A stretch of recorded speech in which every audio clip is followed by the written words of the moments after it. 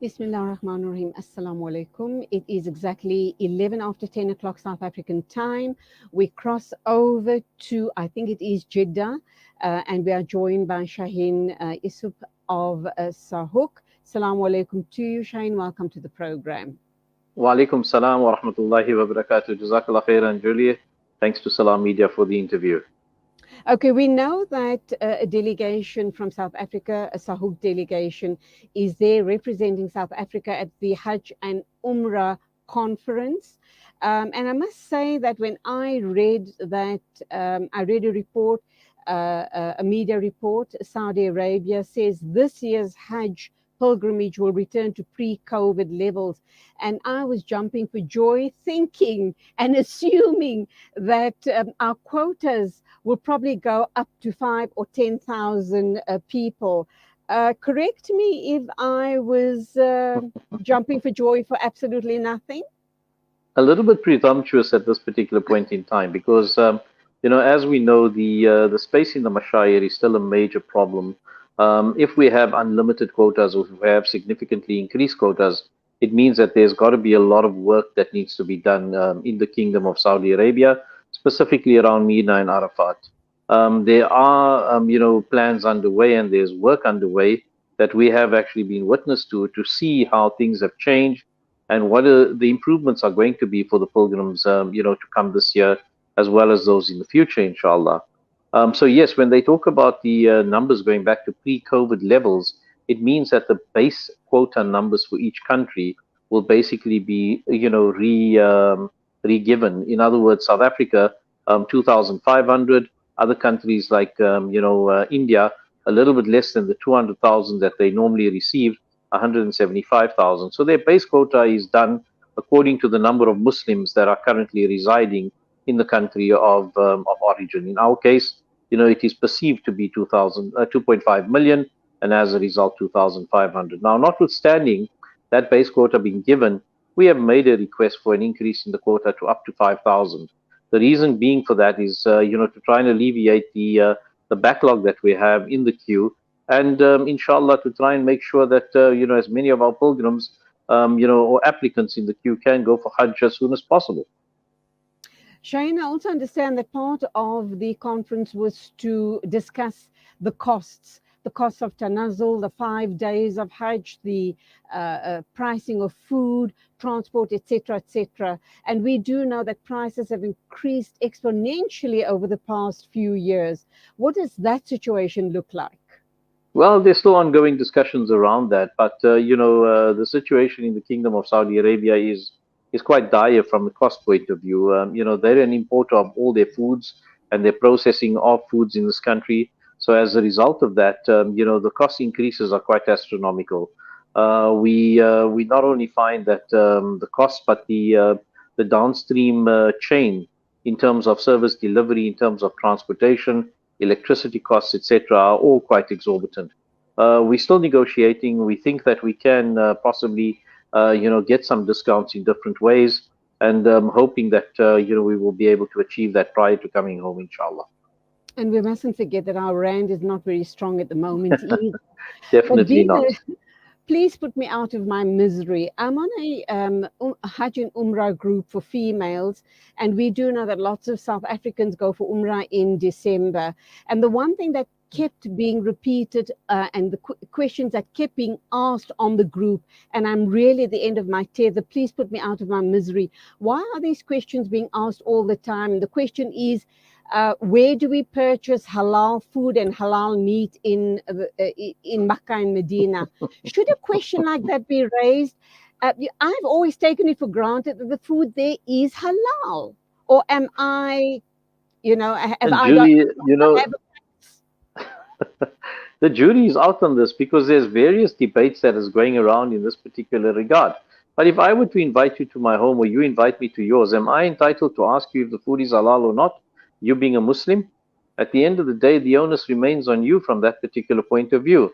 Now, unfortunately, and the sadness of the situation is that we in South Africa have this ability to become judge, jury, and executioner in terms of where we are. Just the other day, I was talking to a senior, member of our group, And he was saying that some years ago there was an alim that came out from India to basically visit the country, and a very, very respected and senior alim at that. And he was saying that one of the most controversial topics that our South African people discuss is the halal haram issue. He says we delve too deeply into this situation. We need to understand what the shuruts and the sharia is around it, and we must move on with regards to that. Now, the ulama will probably be shooting me down in this particular regard, but at the end of the day, you're coming to a Muslim country, you're coming to a country where, you've got the Haramain intact, Makkah and Medina. I do not believe for 1 minute that they're going to be serving you haram food. We've been asked this question many a time on during the Hajj periods in the past. Some years back, I had a situation on Mina where a person came up to us and said to us, can we guarantee that the food is halal? We said, Oh, look, we've gone to such an extent that we've actually prepared 100 vegetarian meals a day. So if you don't want to eat the meat or the chicken, please eat the vegetarian meals, but you have to eat something. You can't stay without food.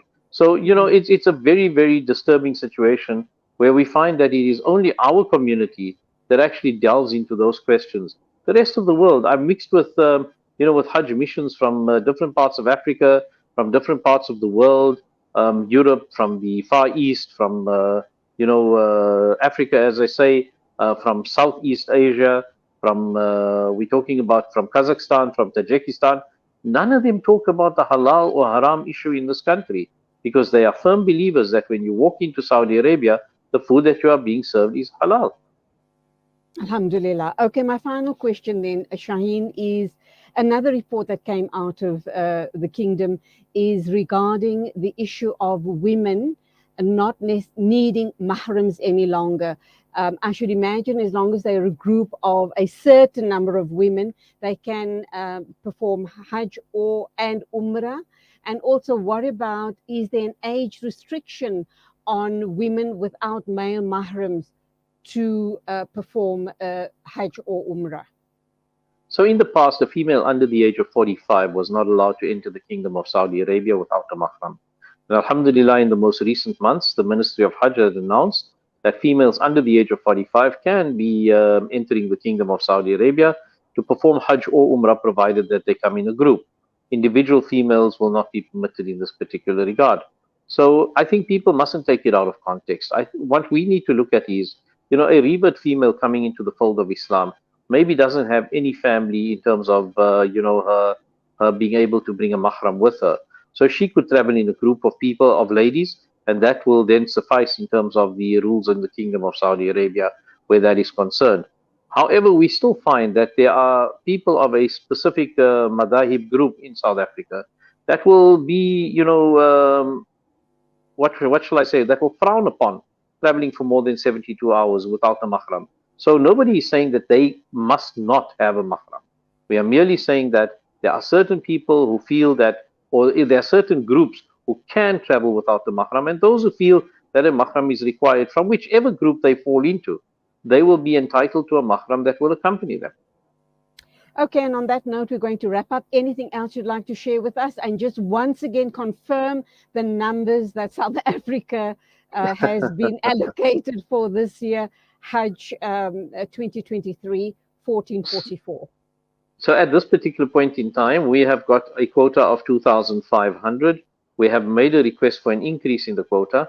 Inshallah, we have been told that this quota may be increased. We are just the ministry is just waiting for countries to affirm their usage of the quota that has been allocated, and any excess will obviously be divided among the countries that have requested for that excess to be granted. So we'll wait and see how long that takes. We've told them rather sooner than later. And inshallah, we make dua that that becomes a reality in our lives. But at the moment, 2,500 people will perform Hajj this year, inshallah. Amin Summa Amin. We'll talk some more when you get back to South Africa. Go well, keep safe, and Salaam Alaikum to you. Make a special Wa dua alaikum. for us whilst you're there.